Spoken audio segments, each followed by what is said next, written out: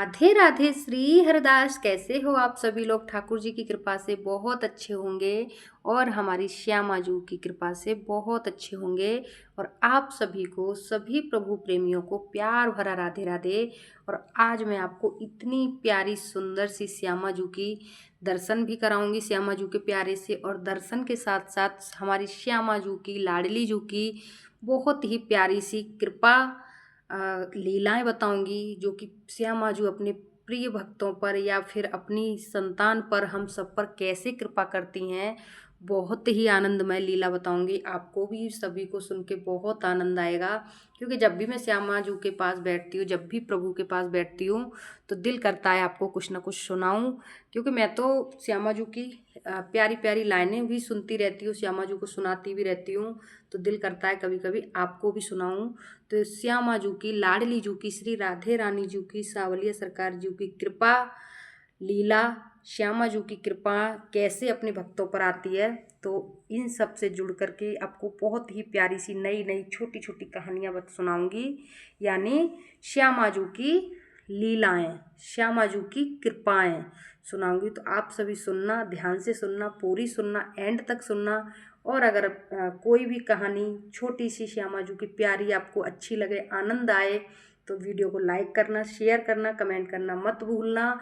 और अपने रिलेटिव में शेयर ज़रूर करना, ताकि श्यामा जू की लीलाएं कोई और भी सुन पाए। और चैनल को ज़्यादा से ज़्यादा सब्सक्राइब करना, सब्सक्राइब के साथ साथ बेल आइकन प्रेस कर देना, ताकि हर छोटी बड़ी वीडियो आपको सबसे पहले मिला करे। तो शुरू करती हूँ वीडियो देरी ना करते हुए। बरसाने में एक बहुत ही बुजुर्ग महात्मा रहते थे, संत रहते थे। बरसाने में लाडली जू के ही निकट, लाडली जू का जहाँ मंदिर है, जहाँ हमारी श्यामा जू विराजमान हैं, वहाँ पर एक, वहीं पास में एक संत रहते थे। वो डेली श्यामा जू के दर्शन करने जाते थे, हमारी लाडली जू के डेली दर्शन करने जाते थे मंदिर में। तो देखते थे दूर खड़े होकर के, बस श्यामा जू को निहारते थे, एक टक बस निहारते थे। और देखते थे कि कोई कुछ ला रहा है, कोई श्यामा जू की पोशाक चढ़ा रहा है, श्यामा जू पे कोई धन दौलत चढ़ा रहा है, कोई फल फ्रूट चढ़ा रहा है। मतलब श्यामा जू से जो भी मिलने आते थे, वो कुछ न कुछ श्यामा जू को लेके आते थे, जो श्यामा जू को अर्पण करके जाते थे, हमारी लाडली जू को। तो बाबा के मन में एक दिन विचार आया कि मैं कितना निर्दयी हूँ, या फिर मैं कितना अ, अपराधी हूँ कि अपने आप को कोस रहे थे वो संत महात्मा, कि मैं लाडली जू के केवल दर्शन करने आता हूँ और लाडली जी को कुछ भी नहीं लाता हूँ, कुछ भी नहीं लाता हूँ। तो क्यों ना मैं श्यामा जू को, अपनी लाडली जू को एक पोशाक बना के लाऊं, एक पोशाक बना के लाऊं श्यामा जू को। तो वो जाता है अपने घर पे और धीमे धीमे अपने हाथों से सुई धागा से एक बहुत सुंदर सी पोशाक बनाता है। धीमे धीमे धीमे धीमे बनाते बनाते उसे मंथ बीत जाता है, एक मंथ कंप्लीट हो जाता है, जब जाके उसकी एक श्यामा जू के लिए पोशाक रेडी होती है।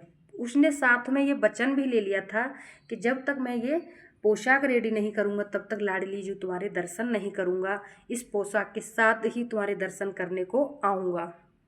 ये सोचते हुए जब उसकी पोशाक कंप्लीट हो जाती है शाम को, तो उसे पूरी रात नींद नहीं आती कि कल मैं लाडली जू को पोशाक पहनाने जाऊंगा और मुझे दर्शन भी होंगे, और मैंने पोशाक बना के रख ली है, तो अब मेरा संकल्प भी पूरा हो गया। तो कल मैं पोशाक के साथ लाडली जू के दर्शन भी मिलेंगे मुझे, और साथ में पोशाक भी पहनेंगी हमारी लाडली जू। ऐसे सोचते हुए, हाथों में पकड़े हुए, सुबह उठते हुए स्नान आदि से निवृत्त होकर पोशाक को ले जा रहा है लाडली जी को पहनाने के लिए। और मन में विचार कर रहा है कि आज मैं श्यामा जू को पोशाक ले जा रहा हूँ, क्या श्यामा जू मेरी पोशाक धारण करेंगी भी या नहीं। मन में ऐसा विचार सोचते हुए और बाबा जी ले जा रहे हैं। रास्ते में क्या होता है, और रास्ते में एक छोटी सी कन्या, बिल्कुल छोटी सी, ऐसी समझिए अब 5 से 7 साल की थी, वो कन्या उस बाबा जी के सामने आके खड़ी हो जाती है और कहती है, बाबा कहाँ जा रहे हो। तो बाबा बोले, बेटी मैं श्यामा जू से मिलने जा रहा हूँ, लाडली जू से मिलने जा रहा हूँ, उनके दर्शन करने जा रहा हूँ। और ये हाथ में क्या है बाबा। तो बाबा बोले कि ये उनके लिए मैं पोशाक लेके जा रहा हूँ, उनके दर्शन करूँगा और उनको ये पोशाक भी पहना के आऊँगा। तो बाबा कहते हैं, वो सॉरी कन्या कहती है, वो बच्ची कहती है कि बाबा ये पोशाक मुझे तो बहुत अच्छी लग रही है, आप क्यों ना ये पोशाक मुझे दे दो।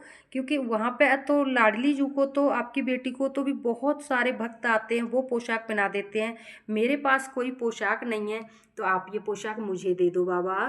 तो बाबा कहते हैं नहीं बेटी, ये पोशाक मैं तुम्हें नहीं दे सकता, मैंने बहुत मेहनत से बनाई है और इसे बनाने में 1 महीना लग गया, और ये पोशाक बनाते बनाते मैं 1 महीना अपनी लाडली जू से दूर रहा हूँ। आज मेरे दिल में बहुत बड़ी आशा है कि इस पोशाक के साथ साथ मुझे मेरी लाडली जू के भी दर्शन होंगे, तो ये पोशाक मैं आपको नहीं दूंगा, मैं फिर और कोई पोशाक आपको मार्केट से लाके दे दूंगा बाज़ार से। तो लाडली जू जो बच्ची थी वो पहले तो जिद करती है, पर बाबा जिद से नहीं देते हैं, तो वो बच्ची पोशाक को बाबा के हाथ से छीन के चली जाती है। जो कि लाडली जू हमारी इतनी बड़ी हैं, बरसाने में जिन्होंने देखी होंगी, 5-7 साल के बच्चा की पोशाक, मतलब बच्ची के जितनी बड़ी पोशाक बनती है, तो जो वो 5-7 साल की बच्ची थी वो बाबा के हाथ से छीन लेती है, मतलब झपट के और भग जाती है बच्ची। वो जैसे बच्चे बचपना करते हैं ना, वैसे पोशाक को छीन के और भग जाती है। तो बाबा उनके पीछे तक भागते हैं कि बच्ची मेरी पोशाक दे दे, मेरी पोशाक दे दे। तो बच्ची दूर हो जाती है, थोड़ी दूर जाके गायब हो जाती है। मतलब अब उसके उन बाबा रोने लग गए, आंसुओं से फूट फूट कर रोने लग गए, बिलख बिलख कर रोने लग गए। और बाबा मन में ये शिकायत लेके जाते हैं श्यामाजू से कि हे श्यामाजू, मैंने इतनी उम्मीद से पोशाक बनाई थी, संकल्प भी लिया था कि 1 महीना तक तुम्हारी जब तक पोशाक नहीं बनाऊंगा तब लेके आऊँगा, तब तक आपसे मैं मिलने नहीं आऊँगा। आज मैंने पोशाक कंप्लीट कर पाई, दिल में खुशी थी कि आपके दर्शन होंगे। तो क्या तुमको मेरी लाडली जू मेरी बनाई हुई पोशाक पसंद नहीं आई, जो कि आपने वो भी एक बच्ची के हाथों से छिड़वा दी, एक बच्ची छीड़ ले गई मेरे से।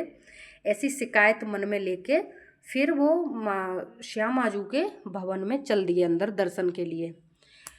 जब वो अंदर पहुँचे, पट बंद थे श्यामाजू के, हमारी लाडली जू के पट बंद थे, और बाबा इसी शिकायत के साथ रोते बिलखते श्यामाजू के, हमारी लाडली जू के, श्री राधा रानी जू के मंदिर में जाके खड़े हो गए दर्शन की अभिलाषा से कि श्यामाजू के दर्शन तो करेंगे ही, लेकिन मन में ये दुख था और ये अंदर से शिकायत थी कि मैंने एक पोशाक बनाई, वो भी आपने स्वीकार नहीं की। पक्का ये आपको मेरी पोशाक अच्छी नहीं लगी, उसकी वजह से आपने उस बच्ची को छिड़वा दी मेरे हाथ से। वो बच्ची छीड़ ले गई, मतलब वो बच्ची ले गई, तो उन्होंने अपने आप को ही बाबा ने दोषी ठहरा लिया।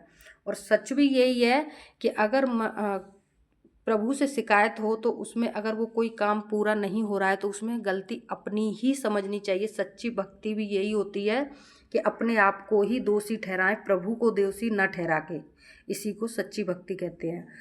तो वो क्या देखते हैं नज़ारा जरा सुनिएगा आप। बाबा इंतजार कर रहे थे, पर्दा बंद थी, जैसे ही श्यामाजू की पर्दा खुली, हमारी लाडली जू के पट खुले और बाबा देखते हैं, बाबा की आंखों से आंसू आ गए, बाबा चीख चीख कर रोने लग गए। जब श्यामाजू के दर्शन कर रहे थे, लाडली जू के दर्शन कर रहे थे, तो श्यामाजू हमारी वही पोशाक पहने थी जो बाबा ने बनाई थी। दर्शन में वही पोशाक थी जो बाबा ने खुद अपने हाथों से बनाई थी। बाबा शॉक्ड रह गए कि ये मैं क्या देख रहा हूँ, एक बच्ची मेरे हाथ से पोशाक छीन के ले गई थी, और जब मैं श्यामाजू से शिकायत कर रहा हूँ तो श्यामाजू वही पोशाक पहने बैठी हैं सामने। इसको कहते हैं श्यामाजू की कृपा, लाडली जू की कृपा। लेकिन अंदर से अब उनके ये सवाल आ रहा था कि श्यामाजू, जब आपको ही पोशाक पहननी थी तो फिर आपने ऐसे छीड़ी क्यों, मैं तो आपको ही लेके आया था। जब बाबा की ये शिकायत थी कि मैं तो आप ही को लेके आया था, फिर आपने छीड़ी क्यों। तो वहाँ एक ऐसी बाणी आती है, उनको ऐसी बाणी सुनाई देती है मानो कि श्यामाजू खुद कह रही हों बाबा से कि बाबा पोशाक मुझे इतनी अच्छी लगी, मुझे इतनी प्यारी लगी कि मुझे पोशाक बाबा आप ही के हाथ की बनाई हुई पहननी थी, और मानो मंदिर में आप आते तब तक दर्शन का टाइम हो जाता और मुझे मेरी सखियाँ मुझे और कोई पोशाक पहना देती, तो मैं और कोई पोशाक कैसे पहन सकती थी जब मेरा बाबा इतने प्रेम से मेरे लिए लाया था, इतनी इच्छा से लाया था। तो बाबा मुझे आप ही के हाथ की पोशाक पहननी थी और आप ठहरे धीमे धीमे आ रहे थे थोड़े से, तो तब तक मेरा श्रृंगार कंप्लीट हो जाता। इसलिए मुझे जल्दी से झपट के आपसे बाबा लानी पड़ी और मुझे जल्दी से जल्दी पहननी पड़ी, ताकि आप मुझे उसी पोशाक में देख पाओ, उसी पोशाक में मेरे दर्शन कर पाओ। बाबा धन्य हो गए अपने आप को, आँखों से आंसू आ गए, खुशी के इतने आंसू आ गए कि वो कह नहीं पा रहे श्यामा जू से कि श्यामा जू तुम्हारी कैसे शुक्रिया अदा करूं।